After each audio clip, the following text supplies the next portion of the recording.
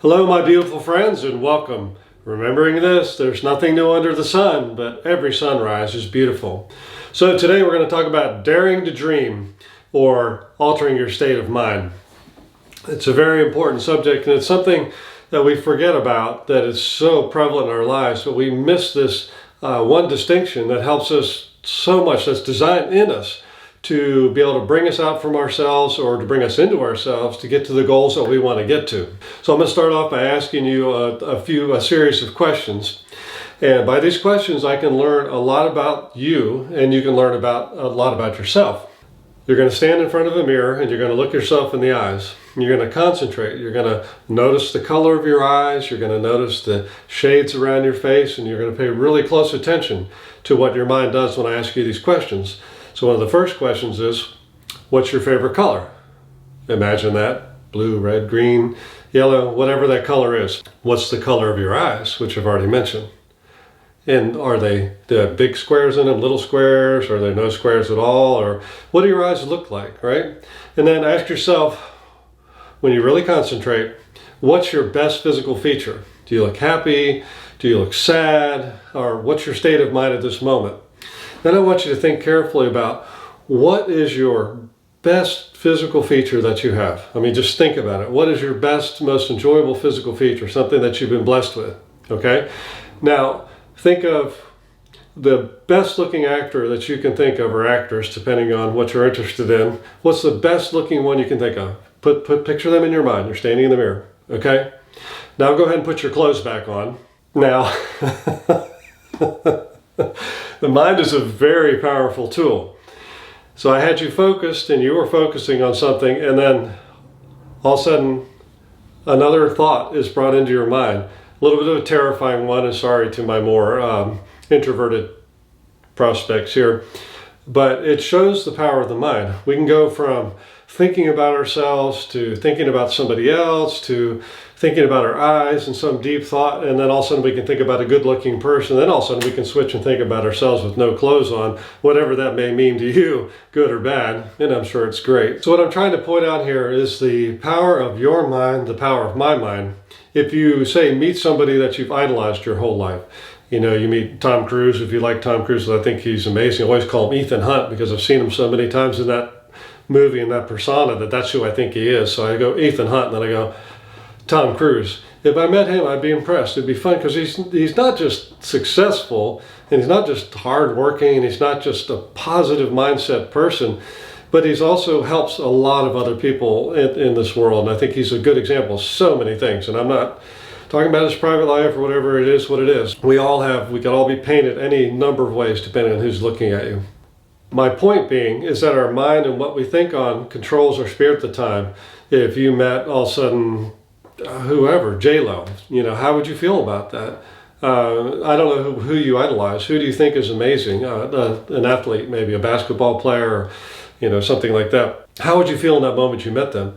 Your reality would change briefly. You would be happy, you'd be taken out of yourself, you'd be focused on them. And then later on reflection, when you think about your interaction with them, you start assessing yourself based on that interaction. When we think about what we have in our lives or what we don't have in our lives, what we want in our lives and where we want to go, we underestimate the power of our mind and what it can do for us. Think of some things that you would like to do. And I talk a lot about these on these videos because it's very important, and there are a million ways to look at this diamond that is the human mind and the human body and how they interrelate together. So what is one or two things you'd like to do in your life that you haven't done yet, or you've started and stopped several times? Get a piece of paper or put it in your phone. I think writing is better for my age. Maybe a younger person putting it in their phone would be a great thing, or whatever. Write that thing down, and your mind will start looking for ways to accomplish whatever it is you write down and think about daily. I highly recommend a whiteboard in your bathroom across from where you sit on the toilet in the morning, and you can see every morning 3 or 4 super simply worded goals that you'd like to accomplish. And I know this sounds like a motivational speech and a motivational speaker, but that's not really what I'm doing. I'd love to motivate you to do that one thing, but the whiteboard itself will motivate you. It will change your mind. It will change your thinking. All right, so you have the whiteboard and you have these things you'd like to do. How many times have you stopped yourself from doing these things you would like to do? What do you tell yourself in your mind when you have these goals? Let's say that you would like to go out to a fancy restaurant in town, and maybe you could scrape together all the money you have and could do it, and you really just tell yourself, I can't afford it. If you told yourself instead, how could I afford that?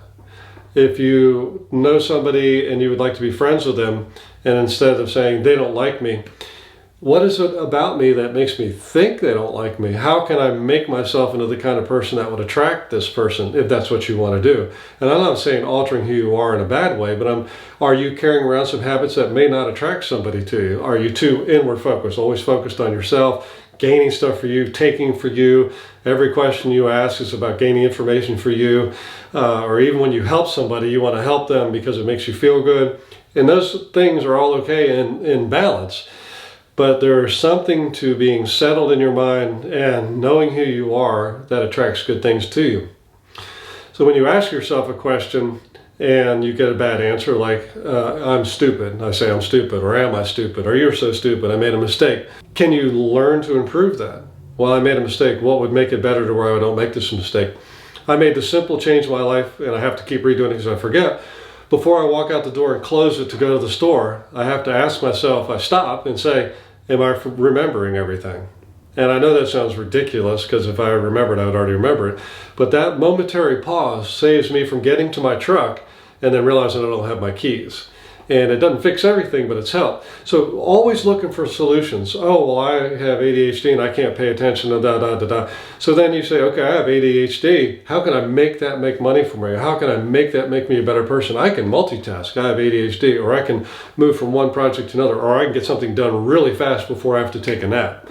So take your weakness, make it your strength. If you have a bad self-image, who taught you that? You're not good looking. Well, nobody's perfectly good looking, and it's a scale, right? And how many people have you ever seen walking around where you just turn your head and you can't look at them? I mean, hopefully not very many, right? So it's about being okay with who you are, taking your strengths and making them better. So then ask yourself the question, how can I make myself the opposite of whatever I believe to be true? Instead of, I can't, I will. I can't, how can I? Ask yourself these questions. Retrain your brain. Don't let society tell you you can't. Don't let your friend, your brother, your mother, your whoever tell you you can't do something. We are in a society, unfortunately, where we're always told we can't do it. So you can't go here, you can't go there, you can't do this. You have to get permission to do everything almost anymore. But we need to take control of our lives, and we need to get where we need to go and stop relying on other people's opinions and rules about you. Let's take our own lives in our hands and win. Remembering there are things we can control fairly easily and things we can't control. We can stop spending money on things we don't need, like drinking coffee at home instead of drinking coffee out, to save money to do things we would like to do, or even better, come up with an idea that's very inexpensive, easy to reproduce, and that people want, to where you can actually create an income for yourself where you're not always behind. Because being behind is the biggest killer of creativity that you can possibly imagine. Now, being afraid can sometimes motivate you too, but I'm just saying generally it wears people down over time.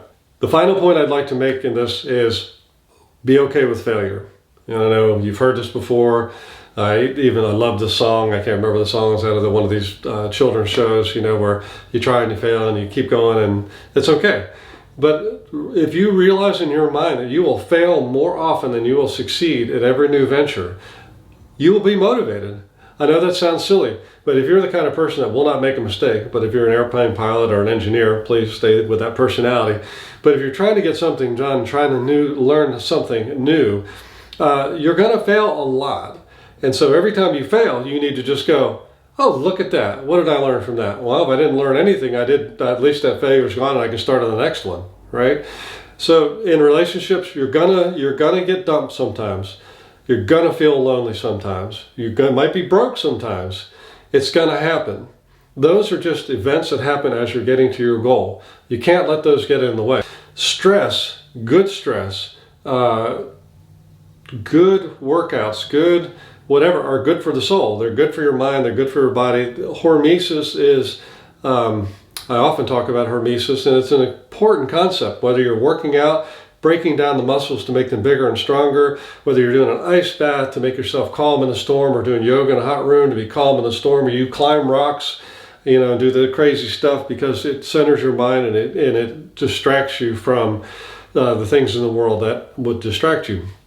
It's really important to enjoy the trip, take this trip, write 2 or 3 things down that you want to accomplish that are new, and you'll see within 30 days you will start making headway toward those goals. Don't let anybody get in your way. People that are negative in your life, you need to get them out of your life. You need to limit those people that tell you can't be done and all bad things happen, you shouldn't be in a relationship because it might end, blah, blah, blah. Everything that you can't be done, can't be done, can't be done. I've known people that have gone from the can be done to completely can't be done as they get older. We don't want our lives to shrink, shrink, shrink, shrink. We want our lives to grow all the time, bigger and better. All right, that's all I had to share today. I love you guys so much. And again, my favorite saying, one of them in the world is, all the love, all the power, right? Take care. God bless.